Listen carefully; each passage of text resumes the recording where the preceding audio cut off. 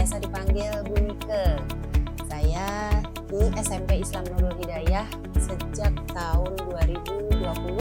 Sekarang ini sebagai Kepala SMP Islam Nurul Hidayah.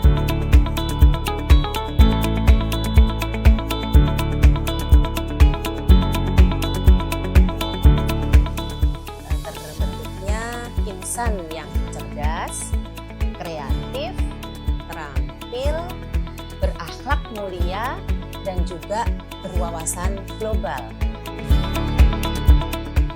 Di SMP Islam Nurul Hidayah diadakan pembelajaran yang efektif, kreatif, lalu inovatif, dan sudah mencakup hal-hal yang memang bisa merangsang bagaimana siswa akan menjadi cerdas.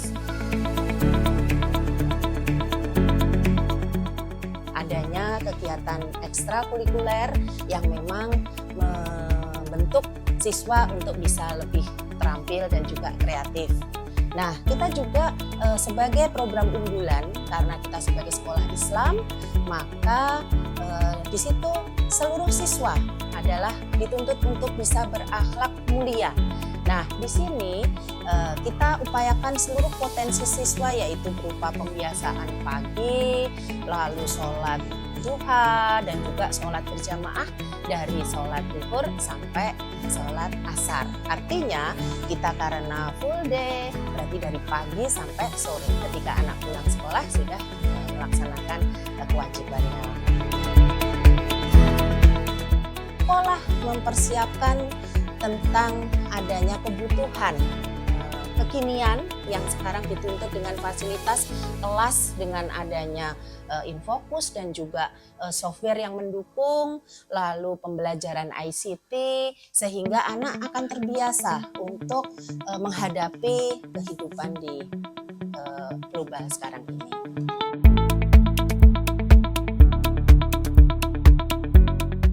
Baik, jadi alhamdulillah dari tahun ke tahun, ketika saya masuk di tahun 2020-2021 ada peningkatan jumlah siswa. Nah, berarti di situ ada tingkat kepercayaan yang meningkat dari orang tua sehingga mereka percaya menitipkan di lembaga ini. Nah, yang pertama adalah adanya program unggulan.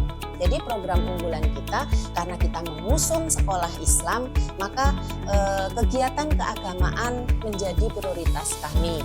Jadi contohnya kegiatan tahfidz yang tahun ini dibandingkan sebelumnya kita mengusung lebih banyak guru.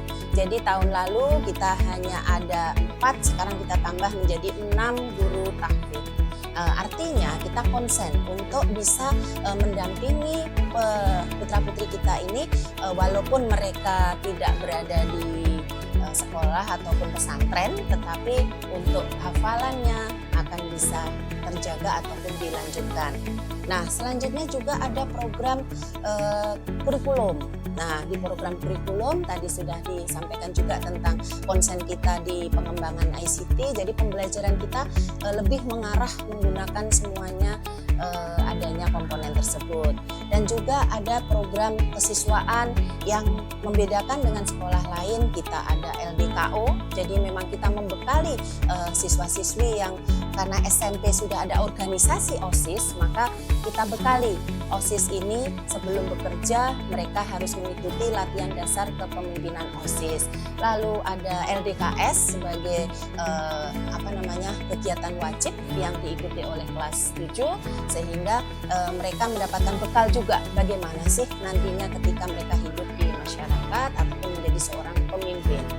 Lalu juga ada kegiatan studi wisata yang memang kita prioritaskan, tidak hanya kita main ataupun wisata, tetapi di situ ada wisata edukasi, jadi ada wisata budaya, wisata sejarah, jadi yang akan dikemas menjadi sebuah laporan. Nah, yang sekarang diusung oleh pemerintah itu adalah giatnya sekolah untuk mengadakan literasi.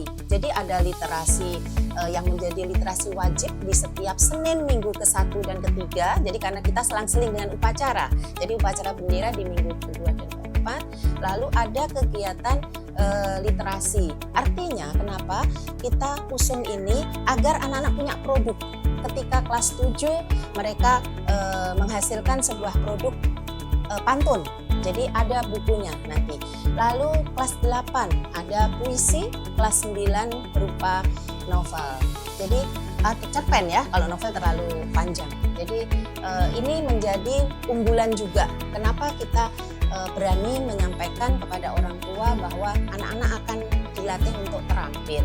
Selanjutnya juga selain literasi yang berupa karya, juga ada literasi keagamaan. Jadi diselang-seling juga ketika akhir bulan itu ada literasi keagamaan, anak-anak membawa buku kisah Nabi, kisah para pemimpin Islam, lalu para pejuang Islam. Nah itu apa? Memberikan motivasi bahwa Islam itu hebat. Artinya memang literasi sekarang harus lebih ditekankan ke anak-anak karena sudah agak tergerus gitu kan dengan budaya apa itu memudahkan dengan geser-geser ataupun naik turun saja. Iya.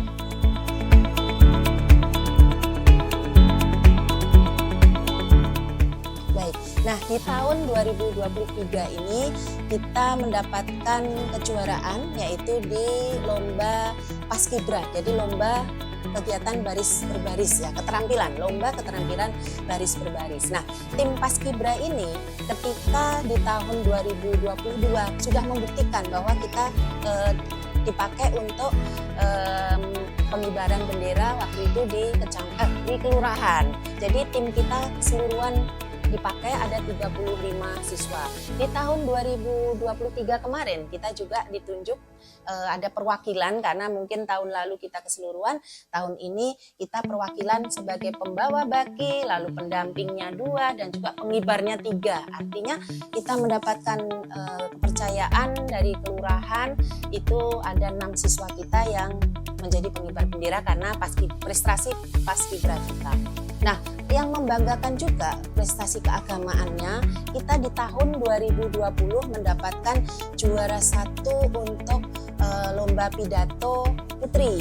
Jadi kita mewakili ke provinsi, tetapi karena waktu itu pandemi, akhirnya hanya di tingkat kota saja karena di provinsi tidak dilombakan. Nah, artinya kita juga berimbang, ada kegiatan yang memang memotivasi siswa dalam bidang keagamaan karena kita tagline memang di sekolah Islam mengusung sekolah Islam.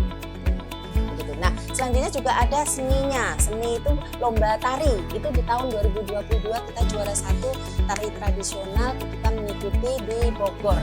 Waktu itu ICM yang mengadakan, lalu lomba pidato bahasa Arab. Nah, artinya apa? Siswa itu semuanya berpotensi, hanya kita yang akan terus menggali dan setiap tahun kita berharap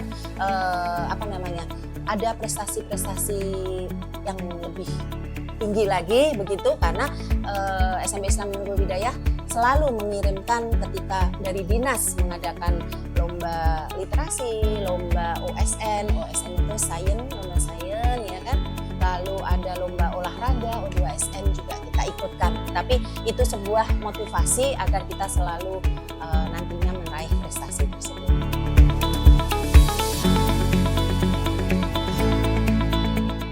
Tahun 2022, alhamdulillah seluruh kelas sudah ber-AC.